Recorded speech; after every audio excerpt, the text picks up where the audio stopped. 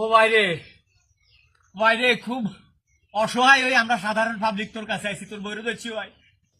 তোরে যেগুলো হালে হেগুলোর কাছে তো যাইতাই তার ন গেলে হয় মামলা খাই আপনালে মিটার কাটি দিব রে ভাই। তোর দুইয়ের বই ইচ্ছা তো রে ভাই। গরম মনে আইয়ে নয় এর আগে তোর কিসমত কালেকশন শুরু করে দিছ রে ভাই।